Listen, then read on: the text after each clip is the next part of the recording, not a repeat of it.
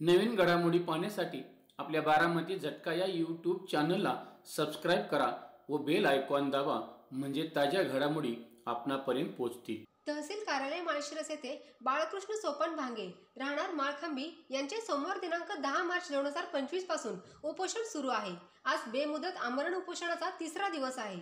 महसूल प्रशासनाचे याकडे जाणीवपूर्वक दुर्लक्ष आहे असे उपोषणकर्त्यांचे म्हणणे आहे। बाळकृष्ण सोपान भांगे हे आमरण उपोषणासाठी माळखांबी येथील मिळकत क्रमांक 27 मधील अतिक्रमण काढून संतोष महादेव चव्हाण यांनी मला मारहाण करून जीवे मारण्याचा प्रयत्न केलेला असल्याने त्यांच्यावर कोणत्याही प्रकारची कारवाई झालेली नसल्याने माझ्यावर आमरण उपोषण करण्याची वेळ आली आहे असे त्यांनी सांगितले। यावेळी तहसीलदार यांना दिलेल्या निवेदनामध्ये बाळकृष्ण सोपान भांगे यांनी संतोष महादेव चव्हाण, मौजे माळखांबे येथील उपसरपंच प्रभाकर गणपत गमे व चुलत भाऊ दिलीप मेघश्याम भांगे हे गुंड प्रवृत्तीचे असून कायदा न जुमानणारे आहेत, त्यामुळे ते माझ्या व माझ्या कुटुंबाच्या जीवितास कधी धोका निर्माण करतील याचा नेम नाही।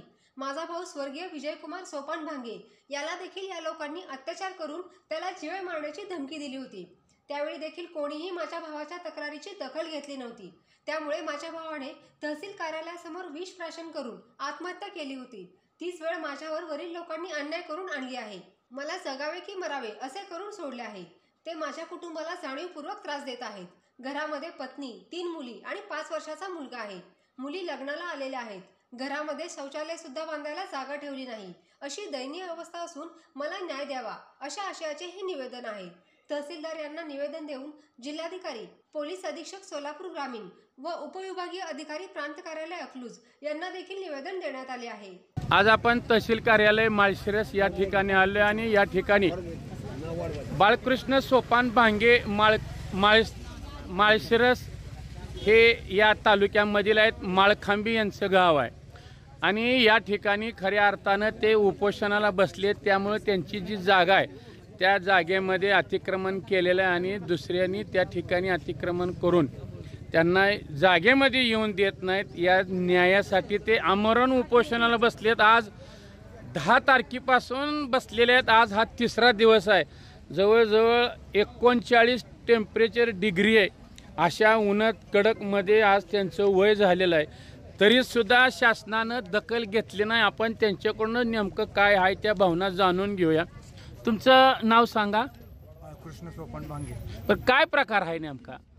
जागेत अतिक्रमण केलेलं आहे, जागेत आपल्याला येऊ देत नाहीत आणि मारहाण 2 वेळा झालेले आणि आपण घराची दगड वाड्याची पाडलेली टाकलेली ती बी त्या ग्रामपंचायतच्या सदस्यांनी, सरपंचांनी ते बुजवून त्याच्यावर गाळं काढलेलं आहे ते, आणि ते कुणीही दखल घेत नाही, कुणी त्याची विचारपूस करत नाही।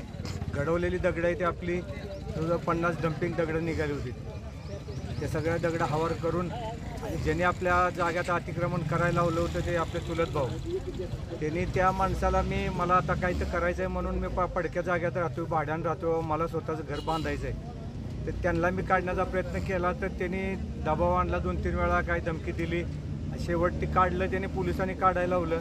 तर जिथं माझी दगडं टाकली होती, राहिलेली जागा होती त्याच्यावरच त्यांनी जाऊन रातोराती मुरुम टाकून हवार केलं आणि ती सगळीच बुजवून टाकली। पहिली ती आधी बुजवलेली होती, नंतर राहिलेली बुजवली आणि कुणी दखल घेत नाही। मग मुख्यमंत्र्याकडे गेलो, एकनाथ शिंदे साहेबांकडे, वर्षा बंगल्यावर गेलो, त्यांची भेट झाली नाही। ते शासन आपल्या दरबारी ते त्यावेळेला त्या ह्यात होती।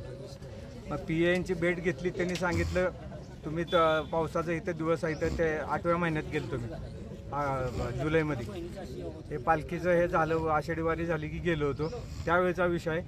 मग तिथून पुढे प्रत्येकाला, जिल्हाधिकाऱ्यांना सगळ्यांना पत्र दिली की कुणी काही केलेलं नाही। शिंदेसाहेब भेटले नसल्यामुळे परत मुख्यमंत्र्याला पत्र पाठवले, मुख्यमंत्र्यांचं पत्र आहे माझ्याकडे।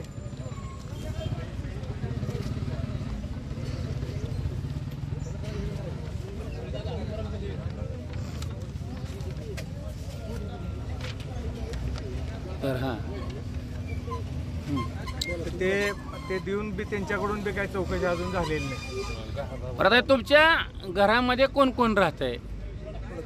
आता चालू मी राहतोय तिथं, माझं कुटुंब आहे पूर्ण, पण तिथं जागेत माझ्या नाही मला येऊ देत। घरामध्ये कोण कोण आहे तुमची? आता माझ्या बायको, 3 मुले आणि 1 मुलगा। शौचालय नाही, मला शौचालय नुसतं बांधण्यासाठी गेलं तर त्याने मला तिथं काही करू दिलं नाही। मी म्हणलं त्यांना राहतोय भाड्याच्या खोलीत, पण मला शौचालय नाही, शौचालय पुरती तरी जागा मला करू द्या. आता हे अतिक्रमण केले तुमच्या जागेमध्ये आणि ते निघावं यासाठी तुम्ही उपोषणाला बसलेला आहे. हो. आज तिसरा दिवस आहे तुमच्या उपोषणाचा. हां. मग काय कुणी तहसील कार्यालय कोणाकडून दखल काय घेतली घालते का नाही? काल दुपारी 2 जण आलते, ते म्हणले अकलूज पोलीस स्टेशनला जावा तुम्ही, तिथं आम्ही सांगतो. पण त्यांना म्हणलं तसं सांगून नाही, मी तिथं लय हलपाटे घातलेत, तिथं कुणी दखल माझी घेत नाही आणि मी तिकडे काही जाणार नाही. ज्यावेळेला कारवाई सुरू होईल, ज्यावेळेला माझं ते अतिक्रमण काढायला सुरुवात होईल तेव्हा मी जाईल, तोपर्यंत मी जात नाही. तोपर्यंत तुमचं उपोषण चालू चालू राहणार. राहणार. नाव सांगा. प्रशांत दत्तात्रय शेळके, माजी डेप्युटी सरपंच, माळखांबी, तालुका माळशिरस, जिल्हा सोलापूर. आता हे उपोषणाला बसले, तुमचं समर्थन आहे, हो. नेमका काय प्रकार आहे खरं?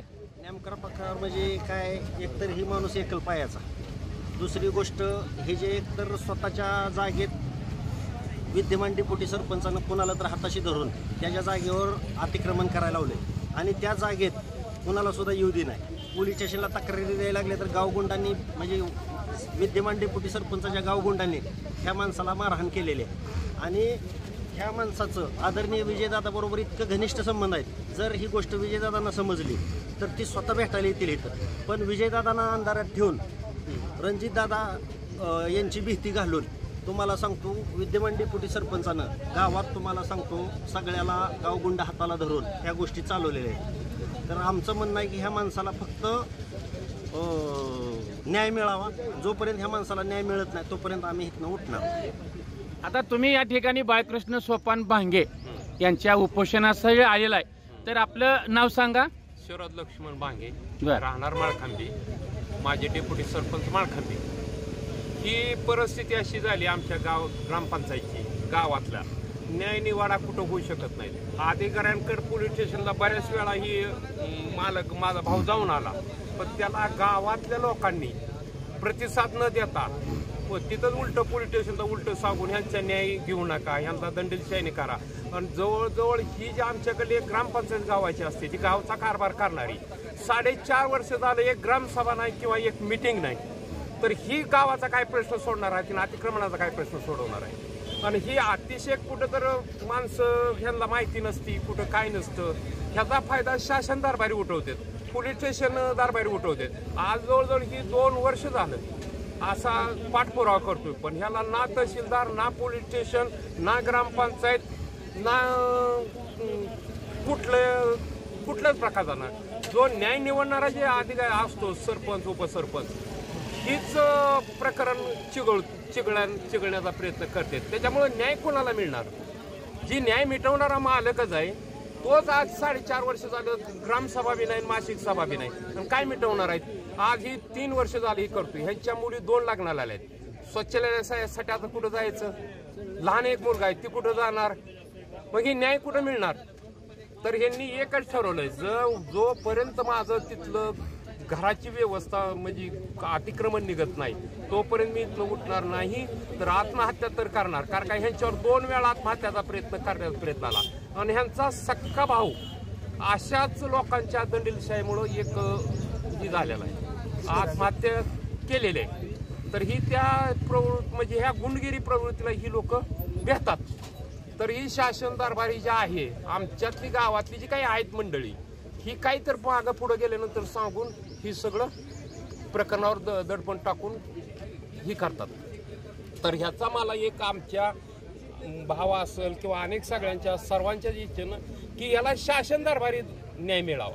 शासन न्याय देण्यासाठी असतं, कुणीही सांगू द्या. मुख्यमंत्र्यांनी जरी सांगितलं तर न्यायच मिळला पाहिजे. शासन कशाला आहे? न्याय देण्यासाठी. तर ही जी आहे शासन दरबारी, ही कुठल्या प्रकारचा न्याय देऊ 2 वर्षात ह्यांनी न्याय देऊ शकले नाहीत. काल आली 2 जण, कोण असतील? तुम्ही जावा पोलीस स्टेशनला. उपोषण केल्यानंतर पोलीस स्टेशनला जायची काय म्हणायची गरज आहे? न्याय निवड हे तर न्यायासाठी इथं बसलेत आणि तिथं म्हणते जावा पोलीस स्टेशनला. ही चिल्लर आहे का? जावा तुम्ही पोलीस स्टेशनला, तिथं घ्या आदेश, तुमचं अतिक्रमण निघेल. ही काय अधिकाऱ्यांची बोलण्याची ही आहे का? हा, तर ह्याचा जोपर्यंत न्याय निवाडा होत नाही, तिथलं अतिक्रमण असेल किंवा काय यांच्या ह्या मूळ मालकाच्या काही समस्या असतील, गावगुंडाच्या असतील, तिथल्या स्थानिकांच्या असतील, कुणाच्या असतील, जोपर्यंत संपत नाही तोपर्यंत आम्ही सर्व मंडळी इथून यांच्या पिसनं उठणार नाही काय, आणि न्याय मिळाल्याशिवाय आम्ही उपोषण सोडणार नाही.